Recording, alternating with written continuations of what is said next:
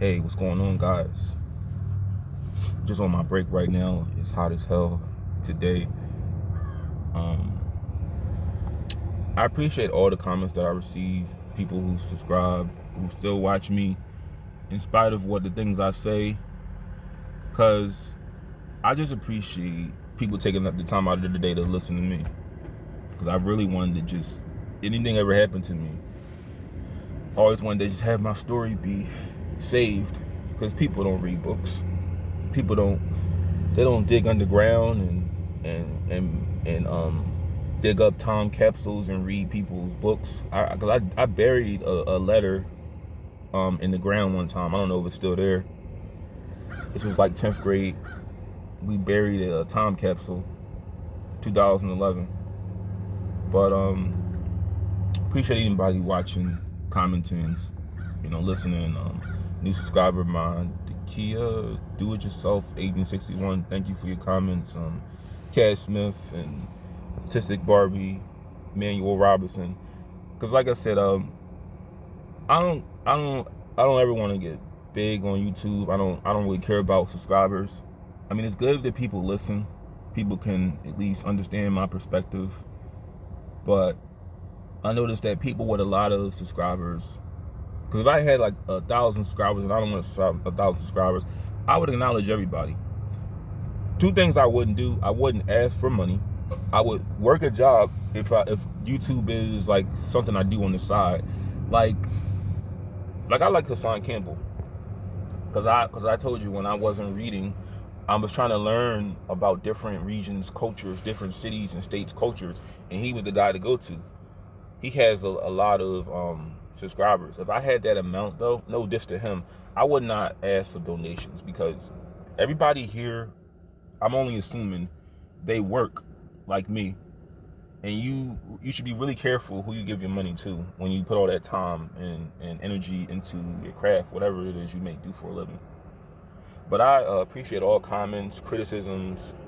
One thing I will acknowledge is this, because when I do my videos, I'm on my break, and sometimes, like I said, I have to wear a hairnet. Everybody does. If you don't have hair, you have to wear something to conceal just the follicles in your hair. Like if you have a beard, I don't have to wear like a face card for a beard. I may grow mine back, I don't know, but everybody has to wear like a hairnet, and it makes my hair a little matted. So I will put my hood on, or I'll just pop on the camera. But let me just say this about my hair. So I picked it out before I got on camera. It's growing back. And this may really follow me until I get older, when my hair falls out. But ever since the age of 20, I have been real uncomfortable having short hair. For the only reason is my forehead, and I just like my appearance more because my eyebrows, they stand out more when I have shorter hair. I feel like it's not really something that stands out with shorter hair, because when I had facial hair and I had the hair that is at the length of my hair it is now, it was not really much of a problem. Now I can like I said, I can take like a little razor and like even the sides out right here. Because I used to like put, this part used to grow back. It once growed pretty fast, like this side of my hair, where the hairline is, it would grow pretty fast. But now that I'm getting older, like I said, I have like 2 gray hairs. I'm almost 30. I have 2 gray hairs. So my hair, I don't know when it's going to fall out, but I just have this theory that when you round the sides of your hair, like I trimmed mine a little bit the other day, but when you take the razor and you line it up, it makes your hair fall out more. Because when I went to a barber at 19, he went so deep in my hair that my hairline went back like really far, and I haven't gotten like a traditional haircut in almost 10 years. Because I would always just grow it out, because afros were becoming popular, and I just grew mine out. I had braids. I had dreads at one point, and then I took them out because the lady that was doing my hair, she didn't have the time to do it because she got pregnant or something like that. And then I just washed it out, and then I just rocked that look. And then I had braids. I got my hair braided, and then I took it out, and then I just rocked that look for years. You got to take care of it, so I'm gonna just like maintain it every week. I'm gonna just trim the ends because, like I said, I don't really like braids anymore. Everybody's wearing them, and I don't really care for dreads because you can't wash dreads. See, I'm really cautious about germs, and I believe I don't get sick because I make sure I wash my hair, not like all the way out, but I make sure I wash it. I wash my face a lot. I wash my body a lot because I don't want to get sick from germs. But that's just that. I appreciate all comments because I got like 10 minutes, and I don't think it's nothing I really left out that year. I will just tell you this because I mentioned this on my channel before, but 2 things that happened that year that were a little bit of an eye-opener for me. So I'm thinking, like, what should I tell first? So one time for summer camp, I went to summer camp 2008 at my school. This is the last year because, you know, legally, I believe 15 is the age you're allowed to stay home by yourself. But 13 was the age limit for that camp at my school because when you graduate, you know, they don't really want you back there anymore. So, because I don't believe summer camp, you didn't have to go to camp at 14. But I went to camp during the daytime, and let me tell you this. So on our trip, we would have like the 2 years that I went there, 2006, 2008, we would have a trip on the very last day, and it was always fun. The first year was Ocean City, New Jersey. The second trip for 2007 was Clementon Park. I believe that park shut down. They called that a ghetto park. That was real ghetto, they said there. I had fun, but they said it was a bad park to go to. And then we went to Ocean City, Maryland, Ocean City, New Jersey, 2008. My soon-to-be 8th grade history teacher, she was my 8th grade teacher that year too. I really didn't care for her. She was real mean and nasty. She was like my counselor. And one day, I'm going swimming. So there's like 5 girls that go to camp with me. One name was Sharice, who had a little crush on me, but she had a nasty attitude. She was real nasty. And there was a girl, Rachel, and there was a girl in the other, like the lower class, that was going to be the 7th grade. I think this girl's name was Nia. And I forgot the other girl's name. I think it was I forgot the other girl's name. She was kind of dark-skinned. But there were kids. See, the kids in the lower class thought I was cool because they didn't know my personality very much. This kid, Terrence, thought I was cool. He, ironically, in 2nd grade, when I was in 2nd grade, in the 1st grade, I accidentally took his jacket, and he took mine because mine was too big for him. And I remember I told my mom I got somebody else's coat, and she went off. She was so mad because he didn't put his last name. He didn't put his first name on the coat. It just said his last name. And my mom just went off. But I remember my dad was saying you should have not said nothing. You should have just waited till you got to school and sorted all that out. But it was cold, and I wouldn't really have gotten away wearing a coat that was so small. But we wound up exchanging coats. He came in my classroom, and he was dragging my big ass coat, and I had his little ass coat. But one day, man, I decided to go out further, because this is like my 3rd time going to the beach. I mean, I've always been to the beach. I went to Wildwood, been to Virginia Beach, been to Ocean City, New Jersey. That was always like the last best day of camp. And I go further out, man. I go so far out that I can't move. Like I'm stuck. They're telling me, "Hey, Justin." Sharice is telling me, "Justin, come back, come back." I'm like, I can't. I'm stuck. I can't swim. And they're yelling, and the teacher, the mean teacher, that's my counselor, she's yelling at me. She's like, "Come back here, come back here." And I'm like, "No, I can't." And I'm scared because I'm about to drown. I'm about to die. And they get the little jet ski where the lifeguard drives, where it had the little siren. They come, and I'm a little chubby. I got like a little stomach going on. I'm not like I don't have no body at all. I mean, no 13-year-old would. The only thing a 13-year-old would have is just abs and a little bit of a chest from doing push-ups. But I got my stomach all sucked in because they dragged me to shore, and I'm all embarrassed. My teacher was yelling at me, saying, "Why'd you go that far? Why'd you go that far?" Instead of consoling me, like I almost drowned, she started yelling at me. And that was my first actual brush with feeling like I'm about to die, because I was very close to sinking. Like I'm screaming. I'm just saying, like, I can't move. I can't move. And I remember that day, I just nonchalantly told the girlfriend and everybody else, because I don't know if they told my parents, but I just told them, I almost drowned today. You know that, because we went to Red Lobster for the mom's so the girlfriend's mother. And let me just tell you this: I believe that my dad has a thing for light-skinned women.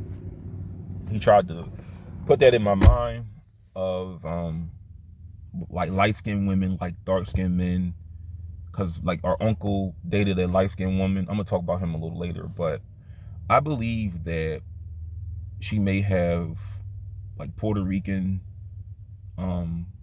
like ancestry. I don't know, because the mother, I don't know if she was mixed race. I don't know if she was mixed like Puerto Rican and black, but she looked a little Puerto Rican and black to me. But she may be mixed, because let me just tell you this. You guys know the singer Jaheim I mentioned in some of my previous videos. So Jaheim claims to be Native American and Cuban. Her brother, the girlfriend's brother, looks just like him. They have the same features, the same. He's a little lighter, but they're classified as black. But they were telling me, like, even the girl in my house was saying that she has Puerto Rican in her. So I think that she may be Puerto Rican and black, but her last name doesn't indicate that. Like, her last name isn't Lopez or Suarez, Rodriguez. It's a pretty like uncommon last name, but it's American. So, like I said, I don't know. I don't really know much about that, but I believe she may be Puerto Rican. But we go to Red Lobster for the daytime. We eat. I'm sorry, I'm a vegetarian now, but I went to Red Lobster, and I wasn't really a seafood guy. So all I had, because I told you, with autism, all I would eat is the same foods. Eating out, I would always eat chicken fingers and fries. So there was no chicken fingers and fries for me. So all I ate was fries and something akin to chicken. But it had to have the breaded, like nuggets. Like, it had to have like breaded shrimp, or because I couldn't really eat anything that wasn't akin to chicken fingers. So if it was like fish sticks, that was good enough for me. As long as it had the breaded batter, like coating on it, that was good enough for me. Because eating out, man, our mom took us out places. Like, our mom took us to this diner that's now closed. It was called the West Oak Lean Diner on 66 and Broad Street. It's closed now. If you ever want to go there, they knocked it down. It closed down in 2014.